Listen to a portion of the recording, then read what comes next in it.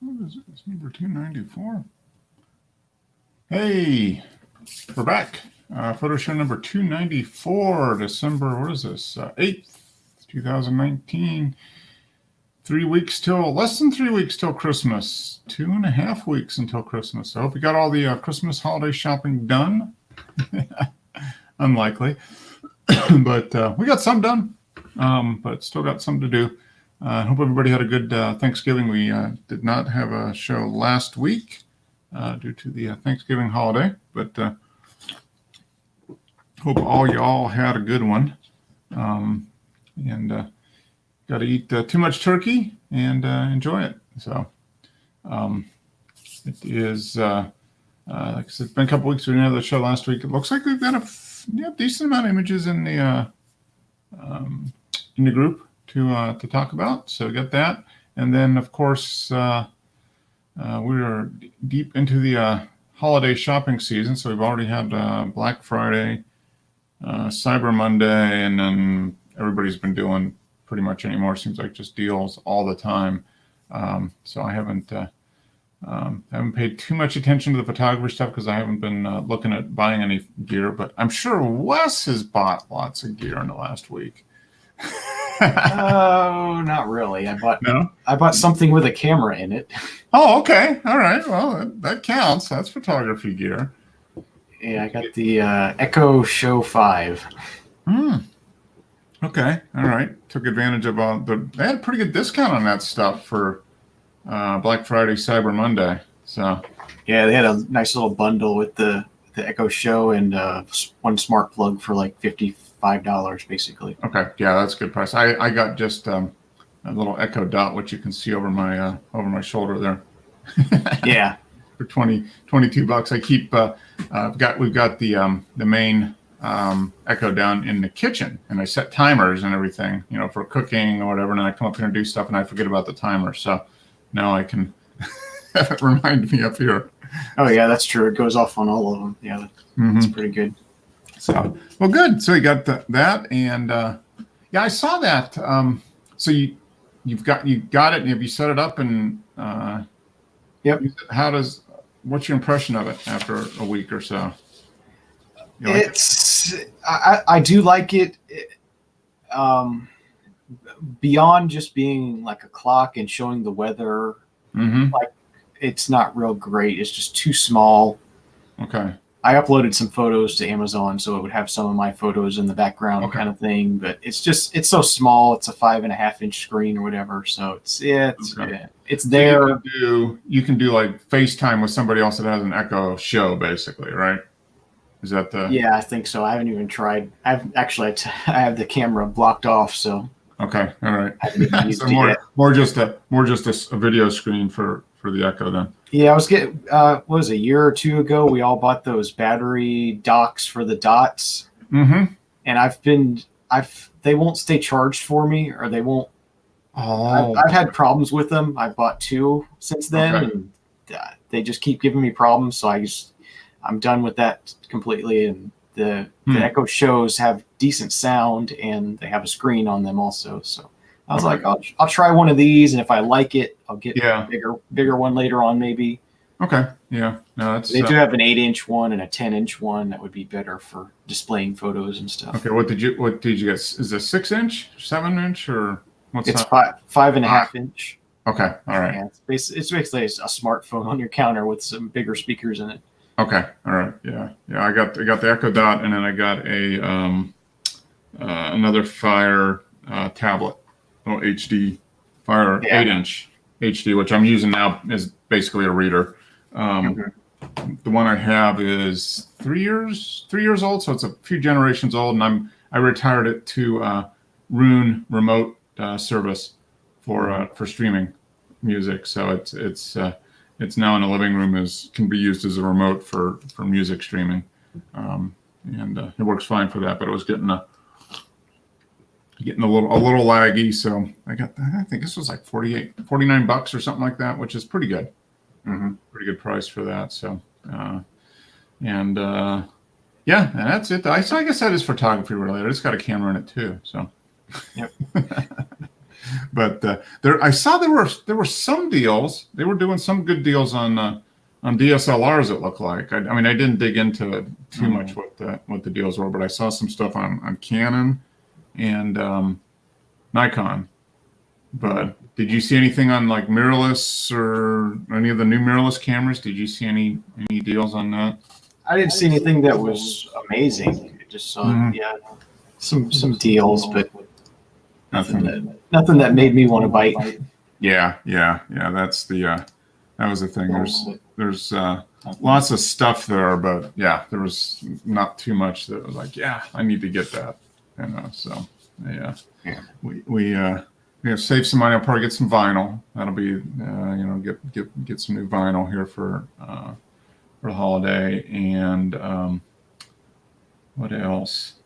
That's about it. We got a new board game, a couple board games for us to play. I mean, we just like, okay, what do we want to get? So let's just get it on the sales, and then. What games did you get? Yeah, and we got it's called Longstreet Attacks. It's about the second day at Gettysburg, so it's all based around the scenarios of, which is actually our first, I guess, historical war board game. Is it a strategy kind of thing, or is it a? It's a hex. You've got a big hex grid, and you put the markers, and you battle and that type of thing. So you set up based on positioning where they were for the battle. So it's a realistic, so you can. It's a realistic scenario based war game. So, and we're just starting to play it. Hey, there's Pat. Hey, Pat, how's it going? good. I done. Good. You're upside down on my screen. Okay, is hold he on. upside down for US? No. No, it's fine for me. Okay. Let me see something. I don't know what it is on my end. Are you still using Firefox? Or, I am using Firefox. Okay, Yeah. that might be it. Yeah. That's probably it. It's just there he is. All right, now you're right side up. How you doing? Okay. Good. Good. So Wes and I didn't buy any camera equipment over Black Friday. Did you get any? Did you get a new lens or something? Yeah, I bought some stuff, not Black Friday, but I bought some kind of photography related things. I got another external hard drive, a 6 terabyte one, because with all the work I've been doing the last few weeks, I kind of filled up. I have already another 4 and a 2, and then like 1.5 in my laptop. So, Okay. So getting up there, I guess I'm at like 12, 13 terabytes. It's pretty absurd, but yeah. And then I did buy the Sigma 35 art lens. So. Oh, okay. Yep, you were talking about that a couple weeks ago. So. Yeah.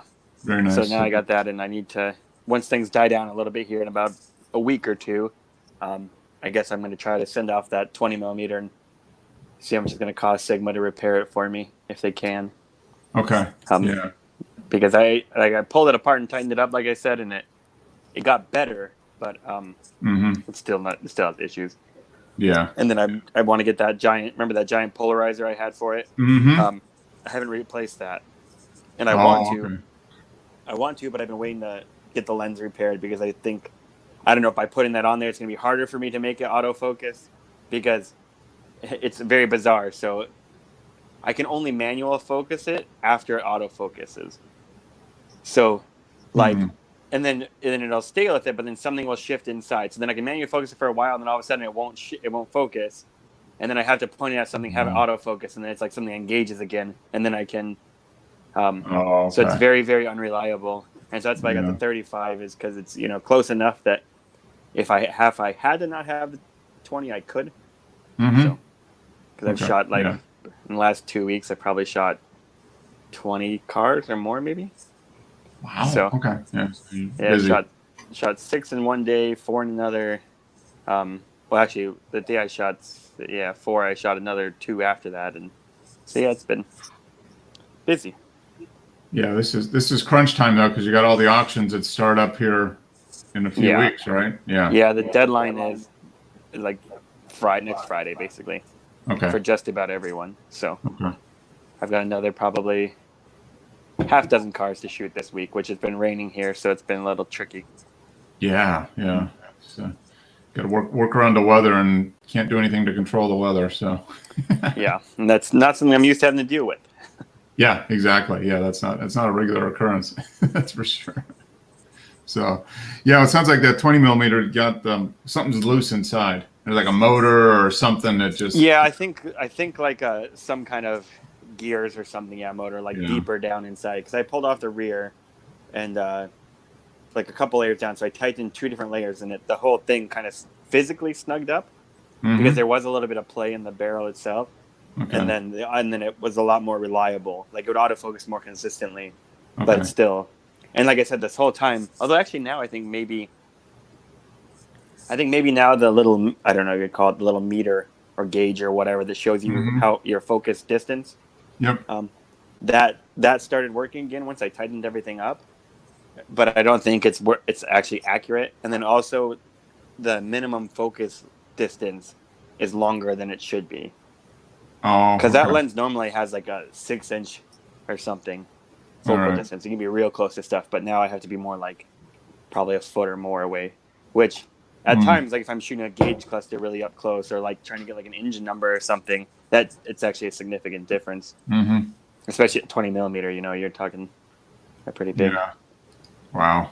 Yeah. That's twice as much on the for that side for that lens. Yeah, that does make a big difference. I would bet on that. So okay, well, good. Well, at least you got a suitable replacement. Yeah. And you get the other one sent away, and hopefully they can fix it. So that's Yeah, and I might, if I end up, I'm not sure if I'm gonna be shooting into the auctions this year. Last year I shot 2 of them, you know, for the auction companies, the auction itself. And if that's the case, then I'll probably buy a second camera again because I actually sold my backup. I didn't really want to, but I had to pay for some other stuff, so you know, kind of had to go. But yeah, so I want to get another one of those because I actually have like a sort of shoulder harness thing that holds 2 cameras, you know, on 2 different straps and okay. Yeah. rapid fire kind of thing. And so then I will throw probably the 35 and the 135 on, you know, and then so I think although the 20 is good, it's so limited, you know. Yeah. I mean, that's special. Hey, Dennis. Hey, Joe. I'm fine, thanks. How are you? Good. Excellent. Joe ran off, I guess. He's like, oh, I'm live. Gotta go. So, well, good. So, Dennis, did you get any equipment here over the last week with sales and whatnot that have been going on? No, it seems the bargains are not so good. Okay. All right. Hey. Yeah, well, I checked on some stuff, and it's exactly the same price it was before Black Friday. So, Okay. Yeah. That was a big thing that they were saying that it's becoming a worldwide event, and the deals outside of the U.S. are as good as the deals inside the U.S. And I guess that's not entirely true. it's in our newspaper saying that beware what you're buying because you know some of it's just not a bargain. Yeah, that's for sure. I know Joe bought some new equipment, right? He's got some ice cream. Yeah. Joe bought new equipment. Now, whether it's photography equipment or not, we don't know. But ice cream is good for everything, and it helps with everything. Okay. And so, yeah, vanilla ice cream with Cool Whip is good for everything. Oh, yeah. Yeah. I think you'll find, Joe, it's not good for diets. Oh, it is. It's perfectly good for diets. Yeah, it's absolutely good way to destroy your diet. Yeah, no, I bought these new wireless earbuds, man. These things are really cool and really cheap, man. Pretty happy with them so far, and the audio quality is pretty darn impressive, man. I have to admit. Wow. Okay. It comes in this nice, neat little case here. Yeah, it looks good, Joe. But does the battery pack weigh 10 kilograms? 10. You know what? I don't know what these things weigh. To tell you the truth, but they are light. I know that. Let me see. I gotta go. I'm the type that needs to take glasses off to read stuff. Let me see here. Mm-hmm. Oh, 4 grams. 4 grams. Wow. That's not And bad. they're internal in there. Okay, so not too bad. 0.14 ounce. Yeah, they're rechargeable, Joe. Yeah, they recharge in this case, and this case is like, if you were in prison, you could easily sneak these in. Yeah. That's a pain in the ass for me, right? That's the well, that's the ultimate test of how portable, how small and secure they really are. They are very portable. Yeah. Depends if you want to stick them in your ear afterwards. Yeah. Yeah, and the big thing about them was that they're under $50, and they were often $15 off. So I got them for $35. Wow. Okay. And you cannot beat that. So they're like Bluetooth 5. And I guess one of the big selling points on these bad boys is you've got 24 hours of battery life, right? So Okay. I think the earbuds themselves last 5 hours or whatever in the hell it is. So you'll get basically 5 charges off of these things. Okay. You put them back in the case to charge, but Okay. they've got the latest whatever chipset is. I'm not real good with wireless. You know what I'm saying? Mm-hmm. But whatever's the latest with the Bluetooth they've got. Yeah. So it makes them, and then the drivers in them are real, good high fidelity drivers. So yeah, pretty cool. And you can use them with your voice assistant. They're not, what do you call it? Sound blocking. What do you Noise call it? canceling. Noise canceling. Yeah, they don't have that. They don't allow noise to come through. They have another model that is one up from these that is $78. So really cheap, man. And so there's a ton of them on Amazon. A ton. Yeah. Good. That sounds like a pretty good price for those then. Yeah. It's, And it's at that price where you're like, well, I'm going to get them, and if they're why not? if they're good, it's a great deal. If they suck, then I haven't spent too much money at least. I mean, they go right into your ear canal. I mean, they sit right there. They're almost like hearing aids, really. Mhm. And, Maybe what they call like in-ear monitors. yeah, like in-ear monitors like that. So Yeah, so they kind of effectively block a lot of sound, but not. yeah, they do. So I'll be taking a flight this week, so that's really why I got them. I'm looking forward to trying them for that, and still being able to have good audio. Yeah, that's good. Hey, Frank. Hey there. Hey, Oh, good. We can hear you, can't see you, so. I don't know what's going on with my camera. Oh, okay. That's the best way, really. I mean, Yeah. There we go. Categories. Yeah, I mean, between the 4 of us, I mean, we pretty much got it. We've got ugly covered, so we're good. hey, Mark, there's a Lightroom package right now that's being offered. It seems pretty cool. I haven't ordered it yet, but for $19, it's this Calvin Designs Photography.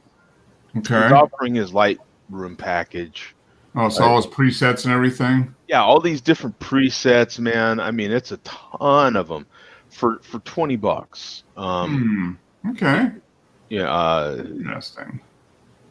I've been thinking about ordering them for the first time, since they're $19, actually paying for some presets instead of acquiring them. And yeah.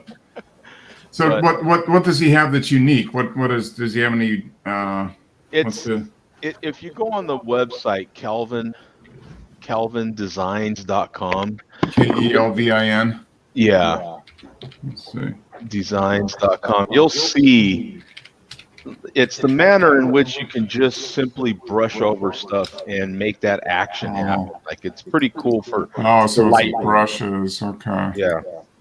Tools. Presets and add-ons. Okay, that's the bundle. Photoshop brushes. Okay. Textures. Gradients. Career photography. How to become a career photographer. What is it under? He's offering his Dodge and Burn. These are all presets, so I don't need to say presets, but landscape, lights, and portrait brushes. So Okay. So he's got presets for different things. Okay. Brush presets. Surge. Wow, it's got a lot. yeah, it's a ton. It really is. Huh. Interesting. Yeah, so he's got a lot of presets. So it's I've not seen a special package deal, but let's see. Let me share the screen here and see. I had to open up Chrome, so we'll see. Oh, you got Chrome? Oh, yeah. Yeah, well, we'll see. Yeah, you have to. Chrome, it just works better for StreamYard. Yeah. There. You guys hopefully see that, maybe? Thinking? No, just a black screen for me. Oh, that's great. Lovely. Completely dark, yeah. Hey. Yeah, you must have done this one in Darktable. Yeah. We can actually. I could see your mouse moving around on it though. Oddly. Yeah. That's about it. Okay, so let me see. I've got. That was one hell of a mouse, though. I mean, it was okay. impressive, you know. There's a standard pointer. I don't know. I mean, But it was the quickness in which it was. that's true. I mean, it was quick. The precision. Yeah, and it really precise. I mean, it bang, boom, boom, boom, boom, boom. It was all over, man. It's like It's actually one of the things I bought was a new mouse There we go. just recently. There oh, we is go. it really? That's funny. Okay. I actually broke a mouse. I used it to where it stopped working. I've never had that happen before, but Wow. That doesn't happen very often. And you have an editing tablet, right? You have one of the white No, Wacoms. no, I don't. I've never used. I've had one of those in the past, but no, I don't ever use that. I just use. Oh, okay. Yeah. So when you use a mouse for your editing, dear God. Yeah. Yeah, it's getting a lot of use. Yeah, you can wear them out. Wow, I wonder why you're not seeing the same page I am. I don't know. Maybe just a special deal for you. Yeah, that's what it is, actually. Yeah. And Sorry. presets and profiles. Yeah. I'm seeing. So it's a few of these, but he's doing a whole thing for $20, huh? Yeah. Ah, And then he's got like a little like a clip on there, and it runs through on how everything works. oh, okay. I can. I'm surprised it's not working for you. Yeah, well, that shows the discount. Oh, but that's for Photoshop.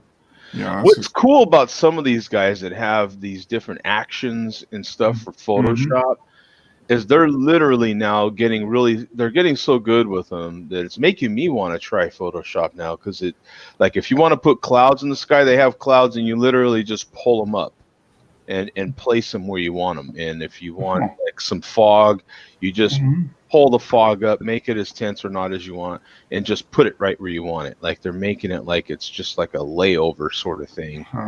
But I bet you that's fine, but you need the shopping cart and the moon. To make it. You need to Yeah, add. you know, I've been in conversations now with Canon, and they're talking about possibly adding that into the camera function itself. So when you, Joe, I think you'll find that Wes has already bought the moon program.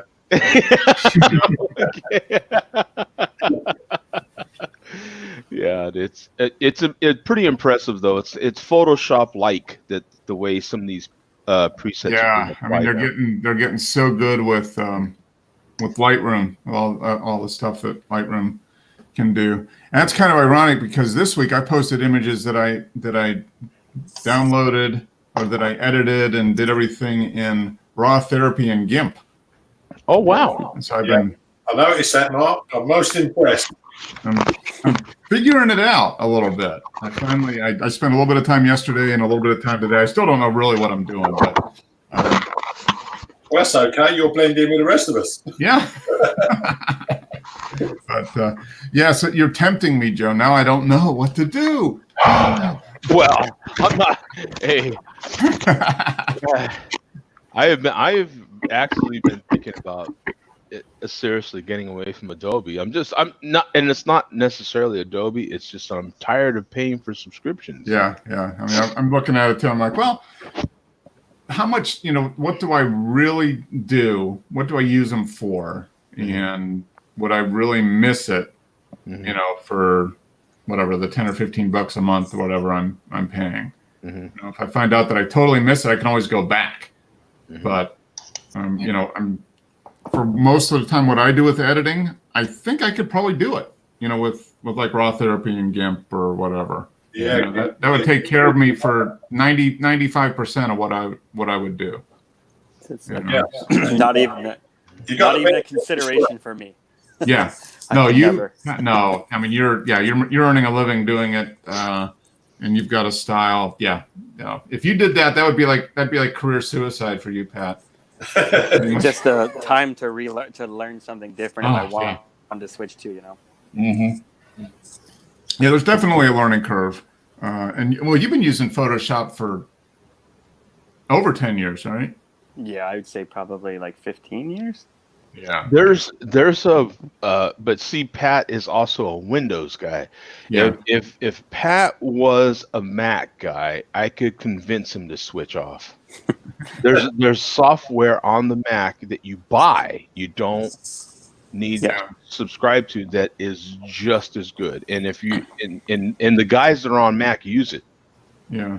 If you're a Photoshop guy, because it takes all the Photoshop plugins, all the actions, everything like that, and it's very, very powerful. It really is. Yeah. And it's Mac-esque easy to use. Like it has all that polish to it, Mm-hmm. Yeah. No, that's. Yeah, I mean, I can afford to switch and do whatever the hell I want because I'm not earning a penny from my photography, and it's not like I need to turn stuff around. I can mess around with a photo and learn to do something, and doesn't. I actually did now I did make some money with my photography, though. My photography skills, if you will. So I did edit some images this weekend actually for somebody, made not money, made a trade. You know what I'm saying? Yeah. But yeah, I did at least do that. I still have not whipped out my big black one and made any photos with it. Yeah. So is that something they just reached out to you and said like, hey, would you want to edit them? Yeah. Touch them? Huh. I've done that, like I've retouched other people's photos, but it's like a client, like an auction company or something, will have the photos that someone sent in and they're just garbage. So they're like, can you do anything with these kind of thing? I've never actually done edits. Can you save them for us so we can use them? Yeah. Basically, yeah. You would be amazed by some of the pictures people send in. It's incredible. Like the car will be in their garage. It'll be in their garage with like junk around it, and like half the car will be cut off out of the frame. And they're trying to sell this thing. They don't think they should even just like back it out of their garage. It's crazy. Yeah. No, this is it's maybe the fourth time that I've had just a private person take some photos, and I've had models that had other photographers shoot, and somehow they got them to give them the raw photos, and they wanted me to edit, because I ain't giving you my raw. I don't give anybody my raws unless like I shot with you. Okay, you know what I'm saying? Or if I'm a second shooter somewhere, then I'll give you those raws. But that's a different sort of deal. I'm not giving someone my raws from my shoot. You know what I'm saying? So, however, whatever they did to get those raws, I don't know. But I have had models give me raw photos and then want my edit because they like the way I edit. But this was another private client that took some photos, and wanted my polish on them so they could Mhm. make Christmas cards. You know. Yeah. I don't know. I mean, that's the photo's important, but it's if you have a certain style or the way that you process, I mean, that's that extra little bit. Mm-hmm. I mean, and everybody has a certain, everybody develops their own way that they photograph, that they use the camera, and then how they post process, whether they know it or not. And they have a certain preference, the way they like color and light and shadows and all that, and it tends to come out. You may not have a specific, checklist. Oh, I got to do this, this, and this. You just end up doing it because it suits your eye and the way you like things. So. What's cool about it too is that I'm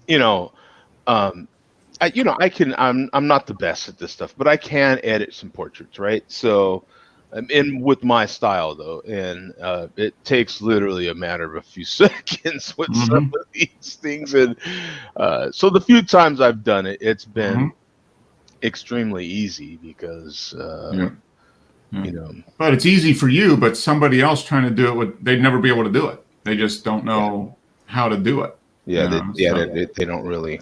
Yeah. I mean, it's just like anything that you're passionate about or good at. Like someone come to Wes and go, I need help starting my vinyl collection. He'd be able to rattle off. You'd probably be able to rattle off 20 or things you could point them in the direction of and get them going, and they would never. They'd never know.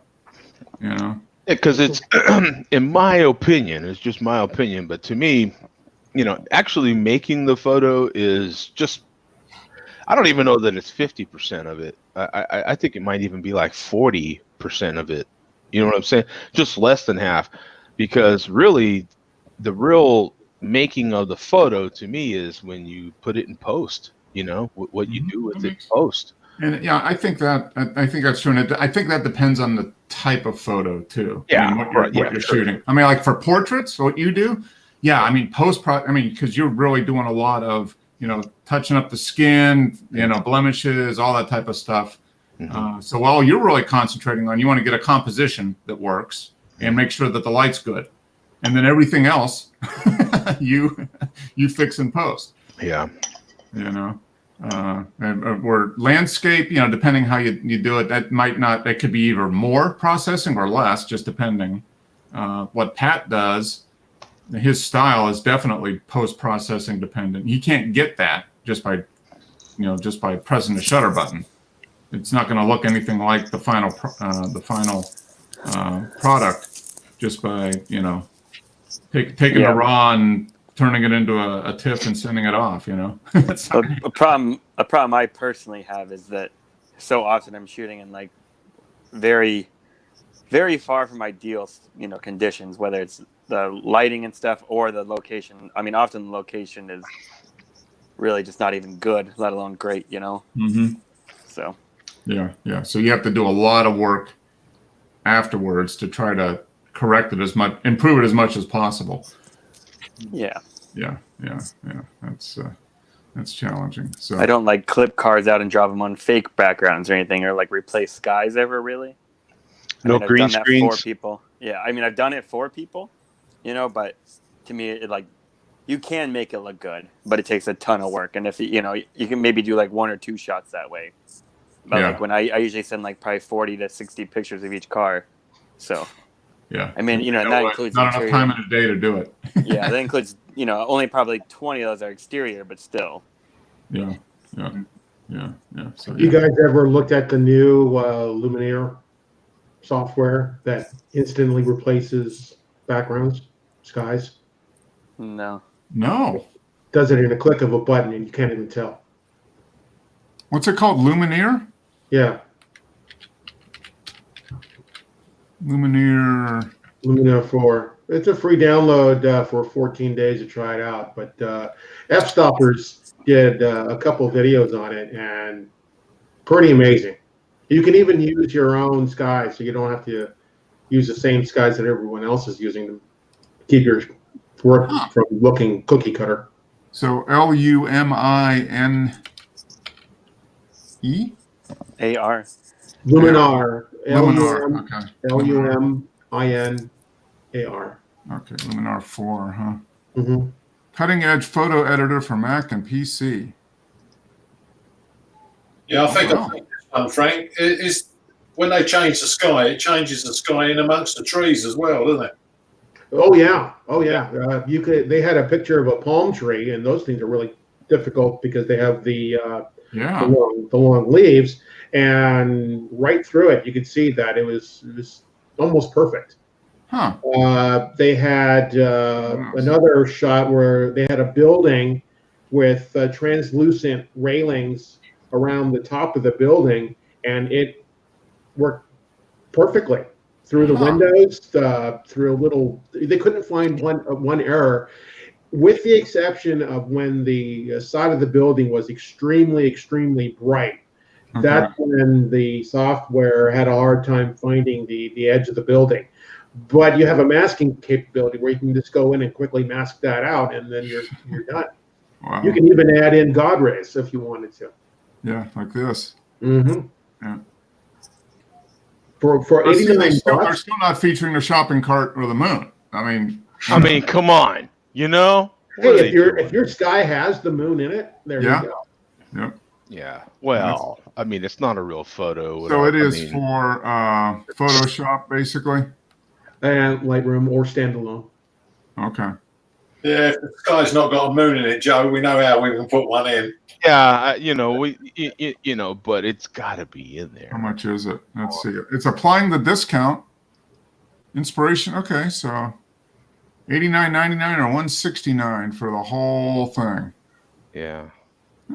Interesting. Yeah, I'm not sure how much you need that other stuff, but Yeah. Would you think maybe just the basic deal? Yeah. yeah, especially someone like myself who's still using Lightroom 4. Are you kidding me? Oh my God! Lightroom 4. Well, you got Luminar 4, Lightroom 4. Yeah. Yeah. I mean, Same number, it should be roughly the same. Yeah. Okay. Yeah, So, there's a little upgrading needed right there, right? oh, okay. So yeah, when you get the Super Deluxe, you get California sunsets and an HDR processor. Man, they're getting really good with this crap. I got to give it to them. And they're using I guess they're supposedly using AI to do the work. Yeah. They lip stoppers that are in their video. They showed how they could adjust the look of the human face. And they have eye enhance, where you can change the size and the brightness of the eyes, of the lips, of the skinny the face. Wow. Instantly. So you could do this. You could do this separate, and I'm assuming you could export as a TIFF or whatever. Yeah, the only thing is when you're bringing in your sky photos, they need to be JPEGs. They can't be RAW. Interesting. Why? Huh. That's just the way it is so far. Huh. It's probably because of processing power. JPEGs are probably, I don't know. Yeah, that's interesting though. But pretty soon they'll be able to do it. Yeah, I'm sure. Probably next year, next iteration. And that's interesting. 5 or 6. But it's stunning what he could do. It uses, like I said, artificial intelligence to find the human face. So you could literally have a group of people, and instead of having to go in and adjust people's faces one by one, you can just do it automatically at a push of a button. See? Landscape enhancer. Dehaze. Oh dear God! It even works for photos in the Mac. Yeah. For the Photos app. So That's it's platform independent. It'll do its own deal and then export. Yeah, it's standalone, and you could do everything in here, export it, and open it up in Photoshop or GIMP or whatever, or work in Photoshop or Lightroom. Decided you wanted to then import what you're working on into Luminar. Yep. Work on it, and then go back into Photoshop and do whatever you want with it. Yeah. Interesting. It's stunning. Yeah, I mean it's a little bit of money, but it's not crazy expensive. No. Well, and then that's the end of it, though, right? Like you own it at that pro. Yeah, I wonder how long. I mean, maybe it's free updates for a certain number. I mean, that's sometimes where they get you. It's like, okay, for a few years, but once we do a major update, then you got to update. But, Mac, Windows. Huh, that's interesting. I didn't even know this existed. So thank you, Frank. That's interesting. Yeah, I've been playing around with it on my own computer, and I haven't put in more than a few images through it, but it so far looks pretty good. Huh. So you're able to do like a 30-day trial or whatever. 14. But yeah, 14, this thing is smart enough. For example, if you were to wanting to enhance a photo with a model in front of a building, and this is one of the examples they gave, if you increase the structure, it would leave the model completely alone, and only work with the background, for example. Huh. Yeah. So it's doing all the Masking. layering, masking for you and everything. That's. I mean, they're getting really, really good with this stuff, man. I mean, they for really $100. I mean, if you're really into, like luminosity masking and all that stuff that people are doing in Photoshop or whatever. This looks like that basically. Wow. Yeah. Yeah, they had in the portrait. They have one mode or module specifically for portraits, where you can adjust lips, use whitening, size, the brightness of the eyes. Mm-hmm. It's pretty amazing what they're doing. Huh. That's Their face detection software. I'm gonna bookmark that. That's interesting. Cool. Yeah, I'm watching this video right now on the portrait part of it, because of course that's what I care about. Yeah. Mm-hmm. Interesting. That is. I'm gonna bookmark it right now. There we go. Because the important parts of photography for me are the eyes, the eyebrows, like anything with hair. So you've got the eyes, the lips, and the hair. Those are the parts that need to look authentic as possible. They need to have as much detail as possible. And still look real. Yeah, you know what I'm saying? Like you can like do whatever in the hell you want to with the skin, and people will still believe the photo. But the lips, you can't manipulate too much. You know what I'm saying? You can, of course, but there needs to be detail in lips, eyes, and all the hair. So the eyebrows, eyelashes. In my case, it would be all the hair you don't have. Yeah, it would be the authentic sheen, the authentic glow. They actually do have a slider specifically for eyebrows. Yeah. No, honestly, because it's a big. I spend time on eyebrows. Yeah, absolutely. Well, that's what we as humans are. We've evolved to focus on the eyes, those features. So those are where we're most sensitive to things, what they look like. And not so much the skin, but the eyes and the lips and the that type of thing is what we're kind of trained. To me, it's kind of cool because my little secret is those photos that I just edited Friday night into Saturday morning, where I did most of them on the Photos app and on the Mac here. I didn't even, and then I opened up Lightroom. I was like, God damn it, I can't quite get so then I opened up Lightroom and did them all over again the way I should have, but I almost got where I needed to be. So it's kind of funny that if this will also use the Photos app. Which is cool in a way, because everything I do in the Photos app gets backed up to the cloud. For some reason, Adobe's cloud backup has never worked for me. It's never synced up for me. Never. I've tried it 500 million different ways. I've spent days actually trying to get the file to work and all this sort, and it never does. So it's been complete. There's a whole part of that monthly price that I'm paying, and I don't even get my value out of it. You know what I'm saying? Yeah, that's cool. This is cool. I bookmarked. I'm going to investigate this. If it'll work, I think it might be worth doing a trial. Yeah, and definitely. If I can feel comfortable with the workflow of doing raw therapy and GIMP, and then something like this, a one-time deal to add on, that could be good.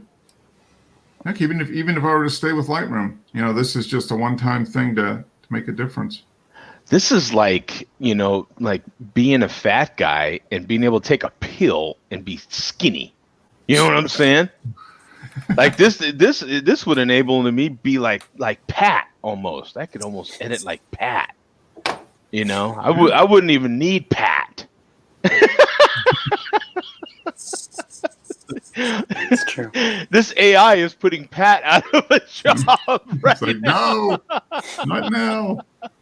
I mean, it don't get me wrong. There's no way it is right now. But dear God, they're getting pretty good. Wow, It's almost scary because right now what's happening with photography is we can see what's happening.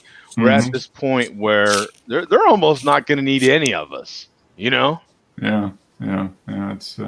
It's interesting. I mean, I think a skilled photographer, someone that knows how to do editing, can still beat out AI. But how long is that going to last? Is that going to be 5 years, 10 years? Yeah. Dear Joe, there is a pill that makes you thin. Oh, what is it? Cyanide. All right, cyanide. Yeah, there's also some injections that'll make you thin too. Meth, right? Yeah. Meth and heroin, and they work as well. Yeah. Not recommended. Yeah, not recommended. Yeah, the meth starts by helping you lose your teeth. You know what I'm saying? So and you don't eat, and then you get thin. Yeah. And then you just, you forget to breathe, and then you die. I mean, so yeah, it's all good. So, well, cool. That's very neat, Frank. I'm glad you mentioned that, because that is awesome. That looks that's something I was not aware of, and well, maybe sounds like a smaller company. So I mean, obviously. Well, it's Skylim software, isn't it? They've been around for a long time. They really? Okay, I wasn't even aware of them. So yeah, they've been around for a long time. I just have not, like you said, they're just out of mind for me. Yeah. I've heard of that Aurora HDR for a long time now. But okay. They had other stuff. I'm familiar with Aurora HDR, but I wasn't familiar with the company behind it. So, yeah, it looks like a pretty powerful tool. That'd be fun to test out. That might be one to try out once I make a decision which way am I going to stick with the proven, or am I going to venture off into new territory? I mean, I tell you, I've been using other software like it, Mark. You heard me recommend on the On1 suite does similar stuff. Not quite as polished as what we're looking at now, but similar spot. Yeah. And there's a lot of them out there like this that were plugins. They were literally just plugins for the longest time. Yep. And now they've gotten to a point where they're standalone products in and of themselves. And they can manage your images, and the On1 suite can do video stuff as well. So that's also an incentive for the On1 products. Yeah. But pretty cool, man. This is nice stuff. Yeah, that's cool. I'm definitely going to check that out. Speaking of checking it out, look at that. That's the last image from 2 weeks ago, I guess. Yeah, the parking deck McLaren. That like you were saying, Joe. That color combination is just killer. Yeah, it's looks mean. It's stealthy, and yet it's really intimidating too. Yeah, and his choice of color, and not like the lack of color, but the warmth is temperature is what I'm talking about. That choice of the temperature is perfect, man. It's great. It sets the tone, that's what's hard for AI to get is a feel. AI doesn't have a feel, right? And that's what some of these stories we're trying to tell with our images have a particular feel. Yep. And I think that's going to be the hardest part. I mean, I think they'll get there eventually, but I still don't think it's going to be as perfect. But they're going to get closer and closer. I mean, the trick is with a lot of this stuff, you can like plug in sample photos and say like, this is what I'm going for. And then they'll be able to match it, Yeah. Oh yeah, that sucks. Well, thanks for that, Pat. Appreciate it. Yeah. Teach the AI just off. Yeah, that's Yeah. true. But Yeah. I still think humans have an edge for a while. All Oh, yeah. right. Well, For a little while. Yeah. yeah. For A little while, it's right. Because that's the thing too. Like there was a curve for all this stuff as far as like, oh well, that's 10 years away. You know what, man? That 10 years nowadays is more like a year or two. It's not. You know what I'm saying? Like that distance is That's stuff. the singularity, right? Yeah. Yeah. They're a lot quicker these days. Like, not only is it happening fast, but it's happening faster than it ever has. Yeah. Right? What happens is The whole- once the you whole- get to the point where when the AI can develop the software, then it's Yeah, like all it they creates do. itself. It Yeah. improves upon itself. And just shoot yourself in the head. Skynet. See, all this is scary. Look. The name of this company is Skylum. Skynet. I mean, we're Right? We're really close. Yeah. They were in that movie. Remember that movie? And Skyrim was they were in the movie. I mean, Yeah. right? So I mean, yeah. It's Well, Mark, you you should be kind of familiar with this sort of AI taking over stuff. The financial industry is full of it. yeah. It is. I mean, the part of the big part that a lot of advisors have made a lot of money on is asset management. Managing assets and charging a fee, and that's becoming a commodity now. Yeah. That's becoming. I mean, I can do it, but I don't really do it. My value add is in the actual planning and working with the individual, and then we can go and get the investments. Yeah. Because that's all for most people. You can automate it and take care of it. So yeah, a lot of the old school financial advisors that have made all their money by accumulating assets and then charging a fee to manage them, that's going away. It's going away, and it's been the AI has done that. So, but the area for my industry where humans still have a pretty big advantage is in the actual like face-to-face planning and working on all the different scenarios. But yeah, the investment management that's been replaced almost by technology. I kind of wonder, like, how long will it be before we already have kids getting homeschooled, right? I think in all our countries we have this sort of thing. How long before a kid just opens their phone and uses an app? I mean, to learn whatever. Like, you know what I'm saying? Like, how long before a kid doesn't even need to go to school? Period. Like, no, the learning part can be accomplished by an app. The one thing that the app can't do is all the socialization and all the stuff you learn by actually going to school and interacting with people. Well, they're not doing that. Yeah. They're not doing that right now anyway. They don't want to interact with people. You've got all kinds of things happening right now where people don't even want to interact with people. I find myself doing it. Yeah. As a delivery guy, there's certain things that I can do where I don't have to talk or deal with anybody. Yeah. It's really scary. There's when I handle freight, and I handle freight, there is and it's real dehumanizing, if you will. Like there's you go to places and they literally don't want you there. You talk to a screen, you talk to a lens. There's more and more and more of this where they don't want you in, right? Yeah. You go in these little rooms and there's a camera and you talk to the camera, and then you go in. They don't want you on the docks anymore. So everything's done like with no human contact at all. Yeah. It's kind of weird, and it's all come about in the last, you're saying 10 years, really. I mean, the advent of the smartphone and all that stuff, it's just all accelerated. Well, speaking of acceleration, I guess, I don't know how to tie that into Josh. These clouds are accelerating across the frame. How about that? Yeah, there you go, right? They're actions, moving. So this is taken with, his converted Sony. Okay. Yep. So he took his A7 II and did it to infrared, converted it to his infrared. That's cool. That's just a cool color palette. Literally cool. Literally cool, right? Yeah. It gives sky, get the little bit of that black coming in there, and then the ground. That's interesting. There's been a lot of storms. Actually, right now, it's kind of been You guys are drizzling getting off and on. rain, windy and rainy, and stuff moving through. Yeah, it's been kind of off and on all day. Yeah. And for the last kind of a couple of weeks, so yeah, it leads for in the desert. It leads for these just very interesting skies. Oh yeah, I mean you got stuff going two different directions here. It looks like the high clouds are going one way, the low clouds are going the other. So you get very real dramatic skies. And he did a good job with this one. I like it. Yeah, and I like the crop too. Mm-hmm. Mm-hmm. Really accentuates the cloud. Yeah, that's nice.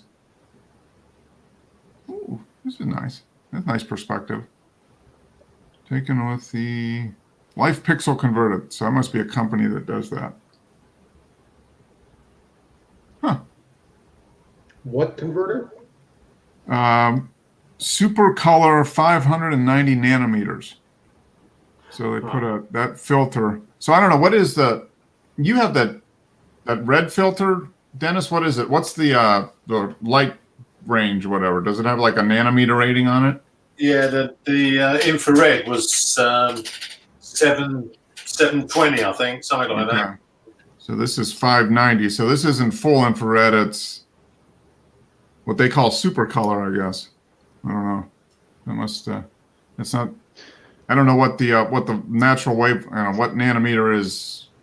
I don't know for regular light. It's really strange. It's like a gap in the color paper in the darkroom. Mm-hmm. You know, in color photography, you can't really use any safe lights, but there is a small gap in there, and the lamps, the LED lamps now are tuned exactly to that nanometer gap. Yeah. So it's interesting. It's a good effect. Yeah. Yeah, it gives. Yeah, and I'm assuming these are green normally. Yeah. Yeah. But I don't know this time of year. No, I'm sure it's probably still green. So it gives that green, takes on that real gold color. It's interesting that he chose to do this specifically because doesn't he have a couple of different infrared cameras now? Well, he had a 6000 or whatever that he had when he got this camera a couple years ago. This A7 II. But then he upgraded to the Mark III just a little while ago. So then he took his A7 II and had it converted. Oh, so, okay. Yeah. So now he probably has two, but I've only seen, looks like he's only been using this camera recently for that kind of stuff. Yeah, the only thing is, if you convert your camera by taking the filters out of it, then you're done it. Yeah, you're done. Yeah, it's a one and done. Yeah. That's all it'll ever do. Yeah. Yeah. But I mean, looks like he does a lot of photography with that thing, so he likes it. He must like the style. So. Yeah, well, I suppose it's a good thing to do because yourself, you buy a digital camera, it's worthless in a few years. Mm-hmm. So you might as well turn it into a unique tool. Oh, yeah, Simi got a drone, so he's taking drone photography now. Oh yeah, he was talking about that. DJI Mini, it says. Okay. So I guess that's the new one they just put out. How does that compare? What is it in comparison to yours? Because you have one, right, Russ? Yeah, I think it's like DJI Mini is like it's the DJI Nano. I think that's the next version of the Nano. Okay. They gave it like folding arms and stuff, so it's like really tiny thing. This is taken. Yeah, it's taken. They just changed the law over here. You can't have a drone now. It has to be registered. You have to have a license. You have to do that here too. Do you? Oh yeah. Because we had a few nutcases flying stuff around the airports, Yeah. Yeah, let's see what he's doing there. Yeah. Oh yeah, especially with you've got some of the big companies, UPS, Amazon, testing their drones now. So there's going to be massive amounts of drones up there, making deliveries, medical deliveries, and all these sorts of things. CVS and so forth. So I'm wondering. How many packets of Amazon are going to get shot out of the sky? Although I think one of the things about this new DJI Nano that they've just put out is it's like 249 grams or something. So it's like 1 gram less than you have to register. Oh, okay. I think that's what the special Oh, thing. that's there. That's the selling point then. Yeah. Yeah. It's like 250 and up. You have to register. And That's amazing. 250 is like 9 ounces. Yeah. Crazy. Yeah. And that's with batteries. And what kind of flight time do you get with these? 15, 20 minutes maybe? Yeah, probably 20 minutes. DJI is usually pretty good about their flight time. Wow. So it's basically, 10, 12 inches across, weighs 10 ounces, and can fly for 15 minutes. And it's got a high def, it's got a whatever. It's got a camera similar to what's in your smartphone, Yeah. with a gimbal on it. Uh-huh. This Control. looks like a scene from a movie or something. Mhm. Right now. It's, one of the scenes from one of your latest Netflix flicks. Yeah. Yeah. And it's cool because it's got everything's gray and brown, cold, and then you got this warm, the striping on the road coming through. Yeah, this is a setup for, the road trip gone bad, Yep. The shining. Road from hell, or what's Yeah. Something bad is happening down there in that valley around the bend you can't see over there. And then there's the moon! The moon. Oh my God! And then all hell breaks loose, right? Come on, Wes, you've got to come clean now. Has this been gimped? I think It's been lightroomed. Right. Yeah, he got the new plugins. He got the GIMP plugin for Yes. Lightroom, and so yeah. But that was the harvest moon, or whatever they called it, right? Or the mega moon. I don't remember if it was anything special. I was just shooting the birds at the Lachua Trail at the Paints Prairie there, and the sky was actually a dark blue, and I just played with the white balance, Okay. purple, and then took some saturation out of the moon. Dude, there's so much detail on that moonshot. You can see, like, what are those big round things with all the veins coming out of them? Yeah. It almost looks like there's cities on the moon with the bright spots happening. There's all these dots, and it looks like there's people up there right now. Maybe there's life on the moon. Wes has proof of it right now. I've been up there looking for that Hasselblad. Yeah. It's the sun bouncing off the Hasselblad lens. Yeah. I mean, look at that. It's pretty cool, man. Yeah. No, that's a neat shot, and then the processing on it's nice too. It just really emphasizes the moon, and you just kind of took the blue hour to the extreme with that. Right. Pretty much. Yeah. And speaking of blue, great blue heron. This has got to be your 600 mil, Wes, yeah? Yeah, and the No reason problem. I reposted this is because that's not cropped. That's straight out of camera. That's Is it? So it must have been relatively close to you then. yeah. It flew quite close to me. Mm-hmm. So Wow. That's That's about as With some, perfect as you can get as far as filling the frame. yeah. Yep. and he had that bent feather at the bottom of his wing there. Yeah. That's cool. Just like an airplane. I think he really intended to do that. He's turned. He's gonna. Nature is validating what engineers are doing for years on airplanes. Mm-hmm. Bending the tips up a little bit, and even, nature is doing that as well. That's pretty cool, man. He's verification right there. I think you'll find the aircraft company nicked the design off the bird. Probably. That's nice. So this was how many shots was this a set of that you picked this one out? Probably 7 or 8. I mean, Okay. just sort of got some where he was coming towards me, and then some when he. Because he's almost literally. Perspective wise, you're not really shooting him at an angle. It's almost straight on. Yeah. Yeah. That's nice. Yeah. It- That doesn't happen very often, does it? Wes, do you have any input on a good body lens combo for someone who wants to get into wildlife photography? I was I was answering a store a question on this. The guy had a picture of a pigeon, and it was just completely out of focus, and was wondering what the heck he was doing. And I'm thinking he was more than likely just using a slow focusing lens, or maybe the body as well. I'm not sure. Yeah. And a lot of times people are putting their cameras in auto modes, and they're not noticing how slow their shutter speed's getting and stuff like that. So you really have to pay attention to, what kind of shutter speed you're getting and things like that. Here you are, 800. So your 150 to 600, that's focusing fast enough for your needs. Yeah, the thing I have now is the 80. The 80D is more of a consumer camera, so the focusing system is not up to the level of like Joe's 7D. That's the wildlife camera, is the 7D series, and unfortunately they're not making those anymore. Not anymore. But you can get used ones for quite cheap. The Mark D the 7D Mark II you can get for pretty reasonable prices. Yeah, you bet. I thought the 7D Mark II is discontinued. Is that what you're saying? Yeah, it's not discontinued, but they're not making another one. And it's at this point it's an older camera. It's probably 5 years old at this point. Oh.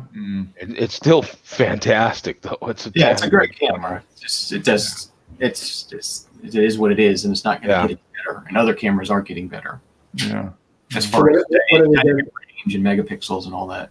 What's your next iteration? Is it going to be their mirrorless?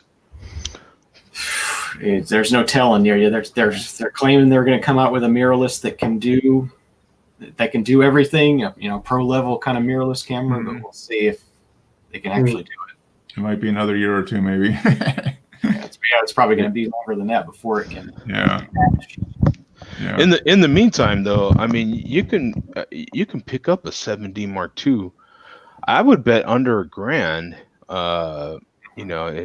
And I know mine. That's it for me, man. I mean, they're gonna have to do something pretty damn amazing with the mirrorless camera to get me to buy another body. You know what I'm saying? Like that does everything I need to do. Yeah. And it's got more than enough megapixels. It's got more than enough focusing, and that's the key. Like you can see over time, Wes's wildlife shots have gotten much better. And it's just that this part to get this image is a skill, and you practice it. It's, you need the equipment, and you might be at that point, Wes, where the equipment now might be a limiting factor, whereas before it was your skill that was maybe limiting. Now you're kind of you're crossing over, where you get more consistent with the shots, and now the camera is not as fast as you are, basically. I may try and rent a 7D Mark II just to see, but that's what I'm struggling with now is the focusing system in the 80D. It seems to struggle, especially when there's like trees in the background. Okay. It'll focus on the bird, and then it'll jump to the trees, and then it'll focus on the bird and jump to the trees. And it seems like it doesn't want to stay locked onto the bird. Yeah, the processing in the camera now is so good that you can set it to do all that for you. So like even in the frame, if you frame it well enough, it's doing all that for you. You know what I'm saying? Within it's fantastic, man. It really, you know what I'm saying? It's and that's the next level in the processing power to be able to hold that focus. Yeah. Right. It's and then you've got the shutter speed and everything to keep up with all of that. It's a lot. It can be a lot of fun. But that's a skill, man. It's good. Look at this though. That's nice and sharp. And this is actually the same bird, and I've never seen one. It was like 30 foot high in a pine tree. I've never seen one do that. They're always on the ground. Yeah. They're either flying or on the ground. Yeah. Or close to the ground. Yeah, I've never seen one go way up in a tree like that. So I just thought that was neat. Yeah. Nice flight too. The light's great. Yeah, well, you got to get there in the morning or the evening to shoot wildlife. That's the only time they're moving anyway. So yeah, in the morning and the evening. Middle of the day, they just hide out. Yeah. It's just like getting sunsets and sunrises. Really, it's a before the sun comes up, you want to be in spot and all that sort of thing. No, at least when I've shot birds. And this is nice. I mean, yeah, the blown branch, and then you got this little bit of Spanish moss hanging off the end. It kind of mimics the beard feathers or whatever. That's neat. Yeah, that's a nice, and the light's fantastic. Yeah. Mm-hmm. Yeah. Very nice. That is excellent stuff. Well, look at this guy, man. It's a Hinga. Yeah. They're loud, aren't they? Yeah, he was upset about something. He was yelling. Wow, look at that, man. That is a great shot, Wes. Yeah, that is. Yeah. You can see all the detail in the mouth here. Wow. Yeah. Yeah, that's neat. That is very cool. He's sounding the warning call. That's for sure. Wow, look at that. Yeah, he is. Yeah, that's neat. Ooh, and this is one of the snail kites. Wow, that's neat. There's a snail right there.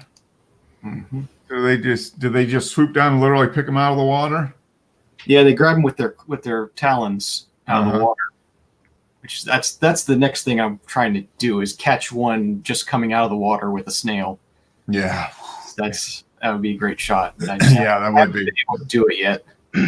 It was such a privilege that, you know, when I was still in New Mexico and I'm down there at the you know, Apache or whatever it is. Yeah, Bosco del Apache, and to meet Scott Bourne, who's a well-known, you know, wildlife photographer. He's one of those, you know, few remaining photographers that still does, you know, big treks up to Alaska to shoot bears and you know, fish and all these sorts of things. But to have him personally give me tips, yeah, you know, on shooting wildlife, he was like, I just can't help myself. Do you mind if I tell you what you're doing wrong? And you know, and I'm like, no, please, you know, please.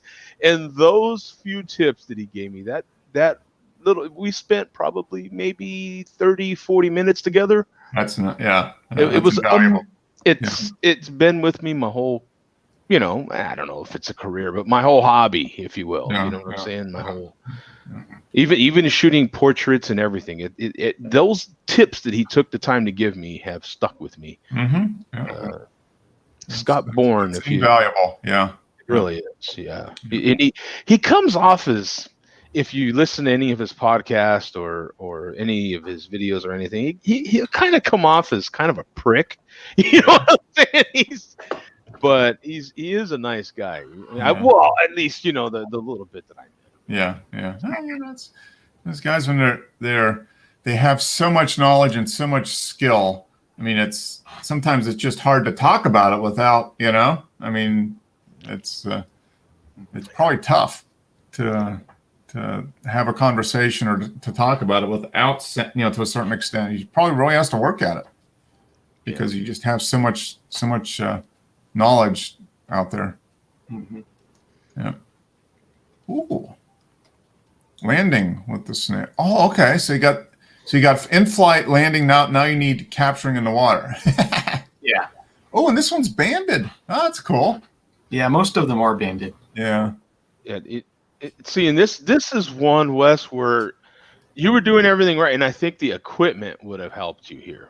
Like, I think the equipment would have helped get this shot. Just dial that in a little. You know what I'm saying? Like, the difference between possibly having your 80D and my 7D Mark II on this one. You were focusing on the head here. Yeah, he's definitely he's pretty sharp. And what's cool, I love the motion. You know, it's because the bird is looking at where it's going. You know, its feet are getting down, ready to land. The tail and the wings are doing whatever they need to do to stop, basically. I generally try to get some motion, but you get a lot less shots that way because the shutter speeds are pretty low. But this is, 250. But yeah, I mean, you got, given all that, the head is, I mean, it could be sharper, but it's pretty sharp. I mean, I mean, there's a definite difference, and that makes it pretty neat. I like that, just that motion, all that stuff going on, and then just kind of the stillness of the head of the bird. And it's so, because that happens, what happened right there happens so fast. Mm-hmm. And to be able to, That's like half a second, maybe. it's, yeah. I mean, because it is like within a couple inches of sticking there, Yeah, that's another thing that the 7D would help me, because the 80D is 7 frames a second and the 7D is 10. So yeah, so you might have got an extra couple frames in there. Because you're nailing it right here. You really nailed it, and it's this is where that equipment. This is one instance where you can see it, because one more frame in here it's what's missing to really capture that bird, bringing all that energy. You know what I'm saying? You do want to freeze that a little more. You don't want that much motion. Like, you do want a little. Yeah, if you could have got a shot with the foot being a little frozen and still some motion in the wings, that would have been, yeah. You know what I'm saying? Like, he's got it. It's like, that's the difference right there. Yeah. That little bit more, like, you'll get a little bit more images in there because the buffer is bigger, and I can shoot forever with that, especially if I were to put it into like smaller RAWs or go into large JPEG. Oh dear God, you could just hold the thing down for, depending on your card, you could just hold it. It'll just shoot forever. You know what I'm saying? But I don't do that much. You know what I'm saying? Yeah. Well, it doesn't benefit you in what you're doing mostly. Unless you're some really fast models.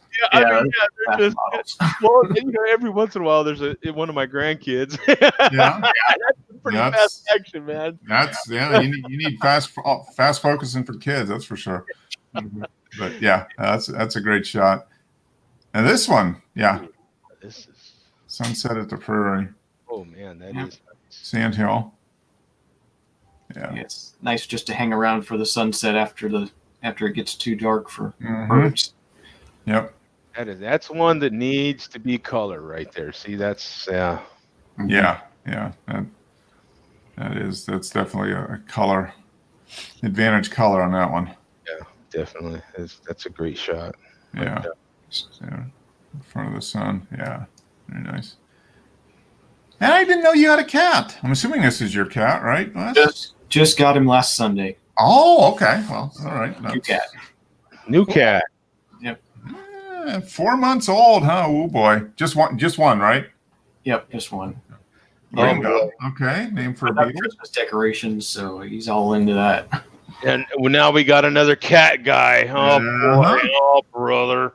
Man, that's gonna be. Has he gone after all the Christmas decorations yet? Oh yeah, he's climbed on the tree and trying to eat everything and Now, how far are you going with it? Is this cat? Is he getting store-bought food, or are you actually gonna get down and dirty and make your own food? And how far are you gonna go with this, man? Just store-bought food.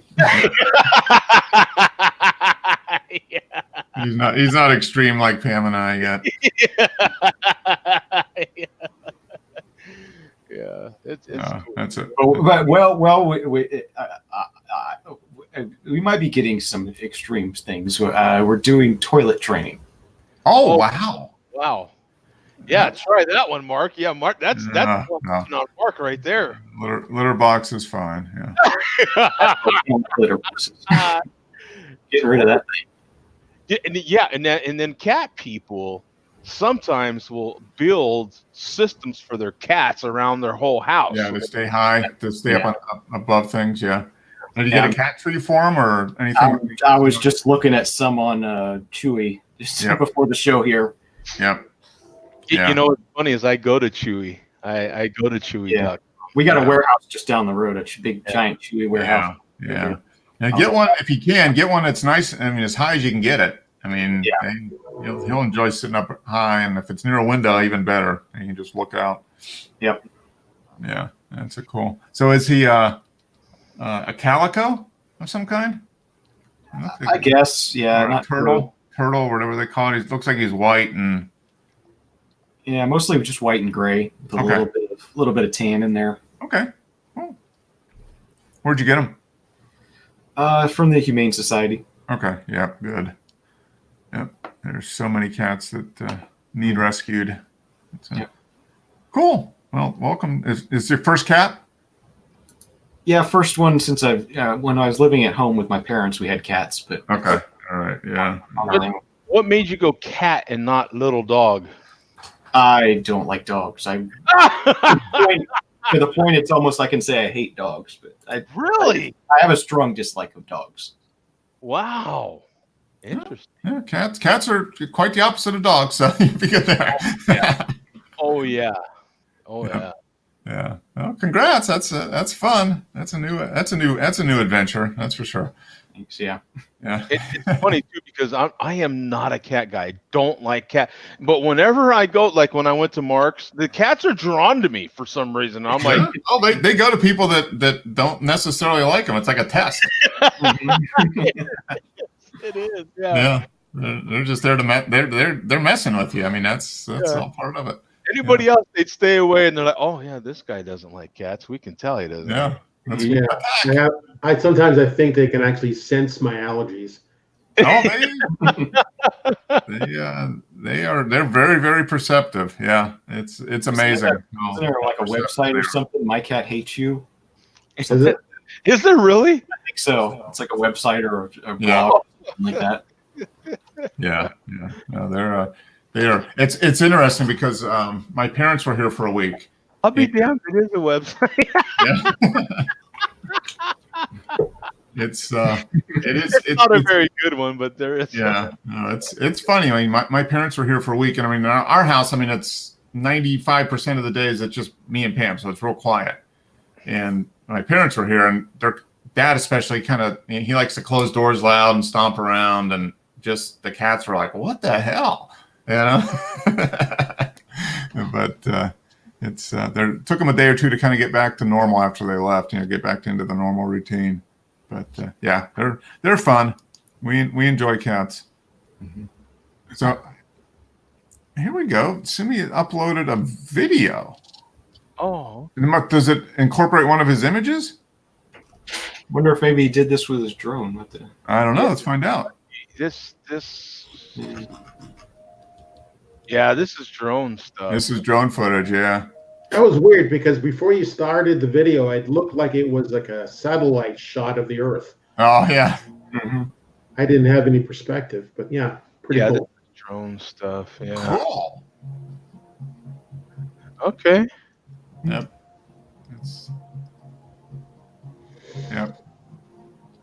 Yep. Taken with his drone. Very neat. I am not okay. I am just not even mildly have any interest on buying a drone. Yeah. It hasn't hit me at all. Anybody? Well, Wes has one, but anybody else that don't have one? Have you had any curiosity to buy one? They're interesting, but yeah, I don't think I'd buy them. I'm not that interested. I like what they do, but I just couldn't see myself doing that. So Yeah. I entertain the idea of looking into them as a replacement for using a camera and tripod. yeah. There's plenty of places that I just physically can't get to anymore. So Yeah. if I could get a camera on a drone and just put some Led Zeppelin on in stereo and put my seat back in my car and Yeah. use the remote. Yeah. That would be an awesome way of doing photography as far as I'm concerned. It feels like the drone fad, if you will, is kind of over. In other words, like Yeah, I think so. the people that really are into this have drones now. You know what I'm saying? The people that really are going to do something with it, because you have to be able to do something with it. Like at the end of the day, okay, it's fun, it's cool. All right, you did this, you did that. Unless you're doing something with it, you're going to burn out of it. It feels like that's where we're at. And well, for Simi, I mean, with his landscape, I mean, it's a natural extension of what he's doing. So Yeah. Well, for me, it's more like a radio controlled car or something. It's just something to do. It's not. I'm not trying to create anything with it, really. Yeah, and Simi got it because of the creating stuff with it. Yeah, He's doing quite well. This is a good video. Yeah. For him just getting it, this is very good. Yeah, he just got it a few months ago, I think. This is quite well. I don't assume that he took it lightly buying this thing. No. He's he took his time and researched it. That's cool. That's very nice. Nice compositions and nice movements. Yeah, it's good. That is well done. And a lot of night and lots of editing. I mean, putting that together. Yeah. Yeah, that is very nice. That is well done. Yep. And here's something else that's well done. Mm-hmm.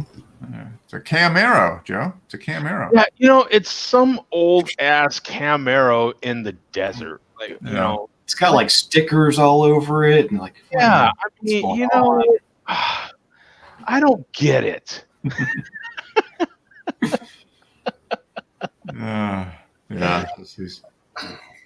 Yeah, very nice. It's cool, man. The color, the bright red car and the green and kind of muted background. Yeah. Mm-hmm. With all the saguaro in the back. Now, do you notice something? There's a couple of the cactus that are in this photo that attacked me. They're the jumping ones. Now these things down here. No, off to your left. I'm sorry, off to your left.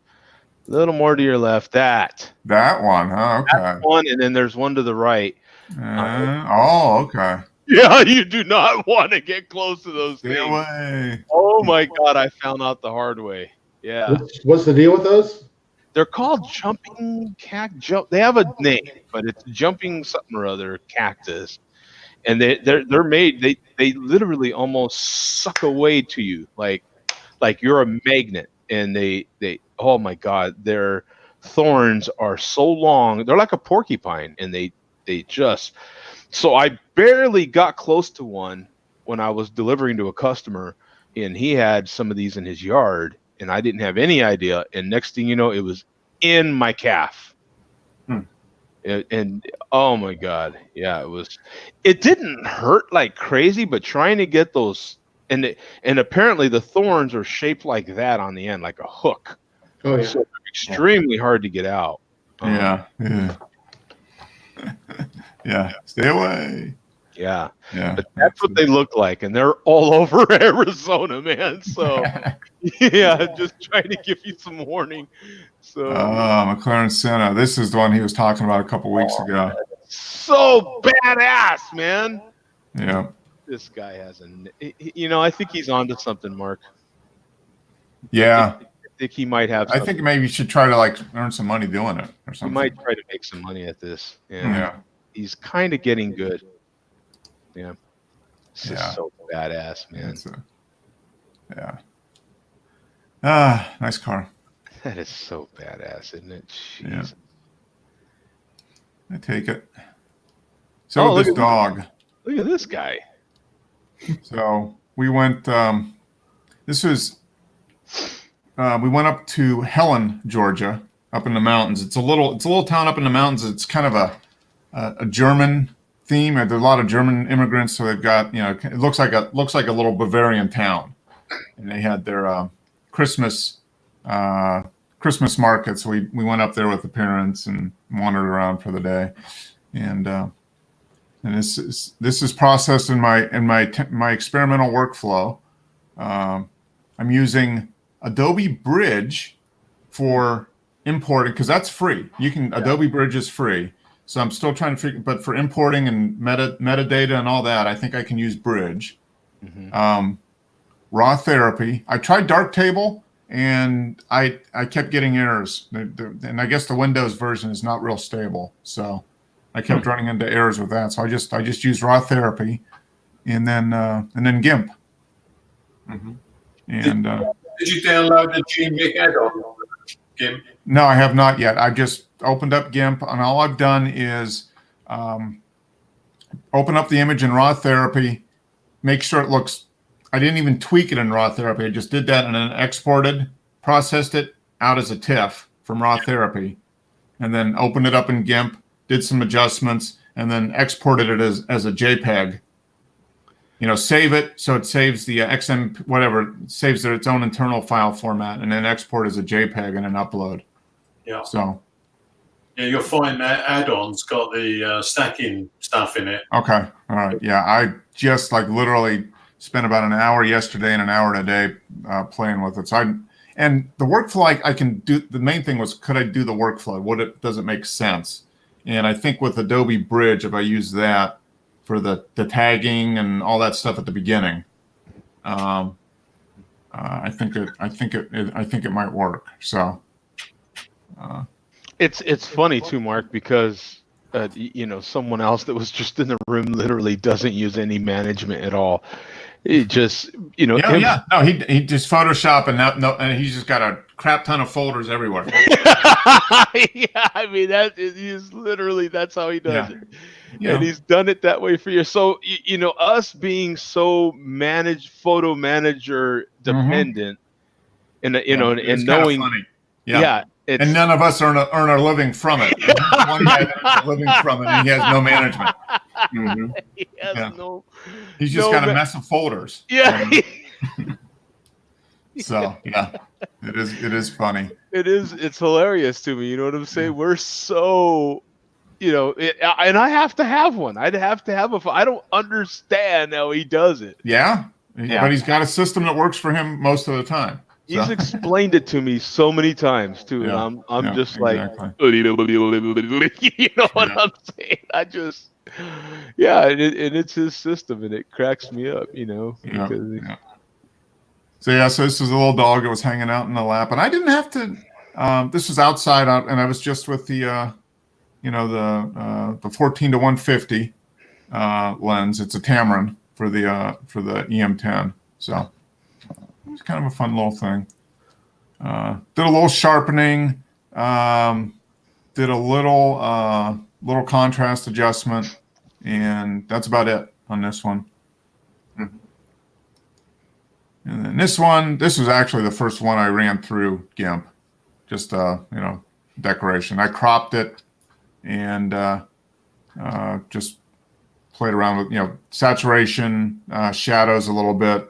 This wasn't really visible, so I was able to adjust that with the shadows, reduce the highlights a little bit. So, what do you think of it? So far, I think I could do the workflow. I mean, I haven't customized GIMP at all. I mean, I know there's lots of ways you can set up preferred toolbars and all that type of stuff. So, I've just got to, and I'm not. I mean, I wish I was shooting more, but I'm not shooting that much. So I could take some time and get used to this flow. And then it saves me $10 a month, and I could buy more vinyl with the actually, I could buy something that's completely not photography. But that was my main concern, was would the workflow, would I be comfortable with it? And I think the key is put it in Bridge, because I like the keyword and tag and that type of stuff, and I could use Bridge for that. Right. And call out the crap in Bridge, just delete, and then get down to the key ones, and then open those up in Raw Therapy. Do what you need to do, export as TIFFs, and then make the final adjustments. Well, one thing we don't talk about at all is that, and you could, I like the way your images already are processed, because I'm used to that Adobe look. Adobe also has a look, and since you're starting in Bridge, I like this look. Mm-hmm. And I don't know, because all I'm using is Bridge. I'm not using camera. Does Bridge actually do anything to the image when it dumps it in? Does it have a profile? I don't know. My understanding was Bridge was nothing more than a catalog. That's what I understood. It's just like it's a cataloging and metadata, basically. Yeah. But isn't it the way that it does that though, or something? I don't know. Yeah, and it might be that I'm just we were talking about. We all process things differently. I like whatever it is, and maybe I'm just defaulting to that in GIMP. As far as that look, because I've been using Adobe for 6 years, 7 years or whatever. So I don't know. But I do need to learn more about Bridge. I need to learn more about all three. But I think basically 3 steps instead of 2, because in Lightroom you load it up and you can do all the thing all at once. And then if you want to take it to Photoshop, you can do that. So this is going to be 3 steps. I don't think it's going to be that much of a hassle, because I'm not editing thousands of images. Mm-hmm. I might be doing, if I go out for a day of shooting, I might have a couple hundred that I call through, which gives me 20 or 30 to look at, and then I go from there. So Bridge just puts them in a folder, and you just when you go into Darktable or Raw Therapy, you just I just open up the images in that folder. Yeah. Because I think the minute you open them, like, you can see a transition, can't you? When you're pulling it up, like, can't you? I don't know. I'm gonna have to play around with that and see. I'll show you this. Are you guys? Yeah, there it is. So this is Bridge. So these are the images, all the images I shot that day. And I don't, I'm still got to play around. I think there's some presets you could do. So when you import, it applies metadata presets. So I've still got to figure that out. But, I've just got my photo file is, I've got a folder for mark, and then by year, and then month and day. So I don't know if it does anything or not. Yeah, it has to do something in order to process the image so you can see it. Yeah. It's, you know what I'm saying? But it's reading. Well, it's got, it's able to read the raw file. Yeah, which is their processing. Which is Mm-hmm. their, the way they process it to even see it. ORF is the Olympus raw file. It's kind of like with audio, the way we talk. Okay, a file isn't necessarily the same sounding file on everything, because the way different equipment processes it, we know makes its own sound. And I'm gonna research that a little bit and see. There's an Adobe Look, and it's talked about quite a bit. Yeah, and I'm gonna have to see if that applies. It might very well be, and that might be. That might be what it is. But the workflow seems decent. And if Bridge works the way I think it can, as far as being able to assign metadata presets and that type of thing on import, then I'm good with that. So, So this was what it was straight out of the camera, or it just processed basically through Raw Therapy, just converted to a TIFF. And then this is what I did with it after running through GIMP. So Go back again, please. that was the original out of the camera. And it got reversed. So I cropped it a little bit and made a few changes. Doesn't look like you did much, but yeah, I can see you did at least the cropping. Yeah, do cropping, and I tweaked this a little bit. Yeah, this was mainly just Pretty subtle. Yeah, real basic. it's very subtle, but if you go back and forth, Yeah. the colors aren't as bright now. Like, once you gimped it, and that's kind of what I'm getting at. Like, the colors are a little more out there, a little more. They pop Yeah, a little more. This was pre-GIMP. So you kind of take a look at that red and maybe the railing. Yeah, the richness like that. And I know I did increase I did just a bump up in the saturation just a little bit, and maybe tweak the contrast, because that's generally what I will do. I'll do clarity, contrast, and saturation a lot of times. And maybe highlights and shadows, just depending. So you have a GIMP version and then a Raw Therapy version. Okay. Yeah, that's GIMP, and then this is Yeah. Therapy. Yeah, the GIMP looks, okay, I got you. All right. Yeah, because the Raw Therapy is not quite as popping. I get you. Okay. Yeah, I got it. I had it backwards. I didn't do too much. But the main thing was the crop, because I just didn't like this.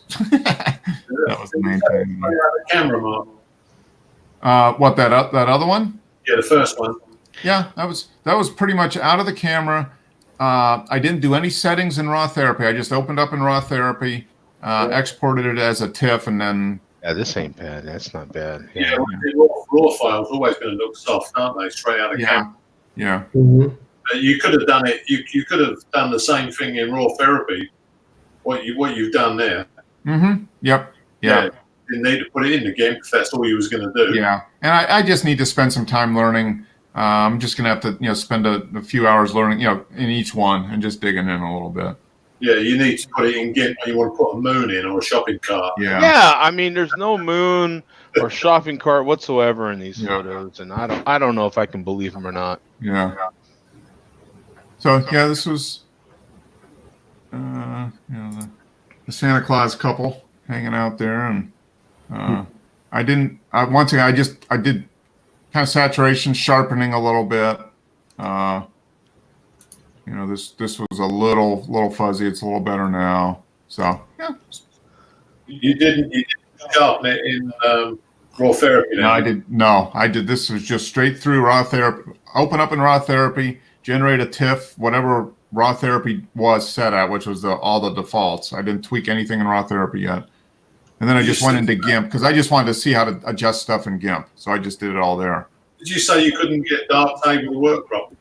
I could download it, but when I tried to open it, I kept getting an error. Something wouldn't, and I uninstalled it. Downloaded the latest version because the one I had was a few months old. Downloaded the latest version and got the same thing. So I'm like, well,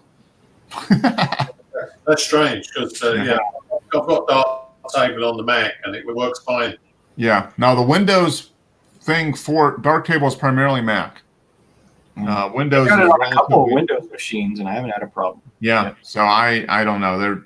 Maybe I've got some settings somewhere. I don't know, but I spent about 15 minutes with that, and I'm like, screw it. I'll just do raw therapy and see if I like it first. But don't forget, when you're using raw therapy, you've got to turn the modules on. Yeah. Yep. And I didn't do anything with it. I just basically ran it through and did anything in GIMP. So I'll go back and tweak them again. Yeah, raw therapy is quite good because once you set your set the stuff up, you can save the profile. Yep. So it is just automatically process anything. You just bring up what you put. Yeah. And you can just do a profile per camera or lens, basically. Yeah. Yeah. So there's plenty of lenses to add. It hasn't got my 50mm f1.2, but it has got the 40mm version, which was about 6 months before. So it's just a matter of time for the lens profiles are updated. Yeah. Yeah. I mean, it's quite good considering it's free, Mark. Yeah. I haven't had any, no complaints so far. So this one I put Wilbur in there in the corner. Oh wow, the guy that played Big Bird, he died. Huh. Yeah. I'm seeing that right now. I guess it's breaking news. It was 85, wasn't it, Joe? Huh? 85? I think retired last year. 85, yeah. Wow. Huh. Yeah, interesting. Yeah, I see Wilbur in the corner there. Very good, Mark. Wilbur in the corner, and then my photo logo over here. Signature. So, yeah. It's, so far I like it. And then there he is again. I put Wilbur down here hiding him in the tree, and then the logo there. So yeah, I mean it seems pretty easy. I'm gonna play around with it. I'm gonna do it as a default. I'm still gonna pay for it. I'll pay for the Adobe package for another month or two, and then make a decision. It's actually a nice little Christmas photo right there. Yeah. There. Yeah. It's actually quite nice. Yeah. We went to they had a charity tree auction, where businesses or people would decorate trees and then you would bid on them and raise money for charity or whatever. And that's kind of neat.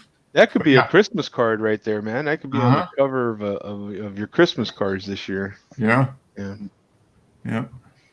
So no, I like it so far. No complaints. I'll keep playing around with it. I got to actually make some more photos, so we'll see. Oh, look at that! Yeah, Dennis has got a custom plate with Wilbur on it now. Wow, look at that! Yeah, this is my new camera. Yeah, Now I bought myself a new shopping trolley. So Okay. Yeah. Oh, so this is a new vehicle then? yeah. Nice. Yeah, because my wife complained that the Mini Cooper I had was too low to the ground, so I just got the next one up now. The big Yeah, one. these are actually big, aren't they? They are quite big, yeah. And this one is a Cooper S, so it's the bi-turbo job, and it's Uh-huh. Look at you. Yeah. It's a little higher off the ground and a little, yeah. yeah. And I'd say it's a bit freaky because there's a camera built in behind the mirror, and it won't let you get too close to anybody. Okay. So it has, sticks the brakes on. yep. Okay. So it's got all the safety stuff. Yeah. Right. Yeah, that's the AI again taking over. You know. Mhm. I hate it. I hate it. You know, we have all that stuff in the big trucks, and Yeah. Yep. That's where it all started, really. it all it that just technology came from the commercial truck industry. it can be awful. You know, you'll be going under bridges and it'll do whatever it does. Bridges just F it up. And for some reason, all of a sudden your brakes will come on and it's ridiculous, man. Yeah, my daughter's got it on her car, and she was coming home late after a shift and getting too close to the car in front, and she's going, "There's something wrong with this car. It keeps slowing down." Yeah. It's that anti-tailgating feature they have. Yeah. Yeah. You know, I don't know how, you know, some of the automobiles may have had it more refined, but Yeah. it will detect stuff in the, you know, when there's nothing around and just like, Yeah. Yep. oh my God. You know. Yeah. Yeah. And obviously, the plate on this car, I faked it up. You did? You can't have a plate like that in this country. Yeah. You can't have Wilbur on it. The California plates have emojis on them now. Yeah. They do. Yeah. Yeah, you can't have anything in the UK here. It's like fixed sized fonts. You know, they've got to be spacing. The only thing you can have on a plate is an EU flag, but we won't be having that soon with a bit of luck. The only plates I've seen that aren't California. Now, California plates literally have emojis on them. They're the only ones I've seen. Maybe someone else has, but you can get plates from other states that have like teams on them and stuff that. You know, that are official state sponsor. You know. Oh yeah. But like alumni plates and all right, kind of stuff. right, colleges and all that sort of thing. Pro, yeah. But not not emojis just yet. Not for plates, like personalized plates in this country cost a fortune. Yeah. They pay thousands of pounds. I've got a friend who paid like 25 grand for a plate. that's not happening. That's not $24,995 more than I'd pay for a personal. Yeah. Oh no, maybe $970. I'd pay $25 for a personal. Yeah, I get the plate the government gave me when I bought the vehicle. Yeah, that's all I have. Yeah. Well, good. That's cool. Congratulations on the new ride. That's nice. Those are fun. I've ridden in a couple of them, and they're zippy little cars. Yeah. Well, I wish I could have Wilbur on my number plate. Yeah. No. I'm sure you can find a sticker and put it on there. Yeah. Next to it somewhere. Yeah. If you do that, Wes, you wouldn't get very far. The police have got the cameras built in the cars now. If your registration will kick up immediately that you're not insured and you're not taxed because it doesn't exist. Yeah. No, I mean, put a sticker on your car. Yeah. Oh, you can stick a sticker on your car, but you can't stick a sticker on the Yeah, plate. you can put a little Wilbur sticker right there. here, right in the middle of the. Yeah. Yeah. That's good. Well, good one, guys. Lots of good images. Now I've got Dennis to blame because now I'm going over to the dark side there with GIMP. So we'll see what happens. The dark Welcome side. to the dark side, Mark. Yeah. The Rams are about to come on, so everybody make sure to I've got watch ribs in the oven, so I think it's a good time to break. Yeah. So, I'm getting nervous. The Rams are coming on. I can't miss the Rams. all right. So we're good. We have we're going to be good for the next 3 weeks. Since Christmas is on a Wednesday, so we should be here the next few weeks. So feel free to join in. Thank you, everybody, as always, and enjoy the week. And go Go Rams, I guess, huh? Oh, you bet. Yeah. All right. See you guys later. All right. Yep. Later. All right. Peace See you out. guys.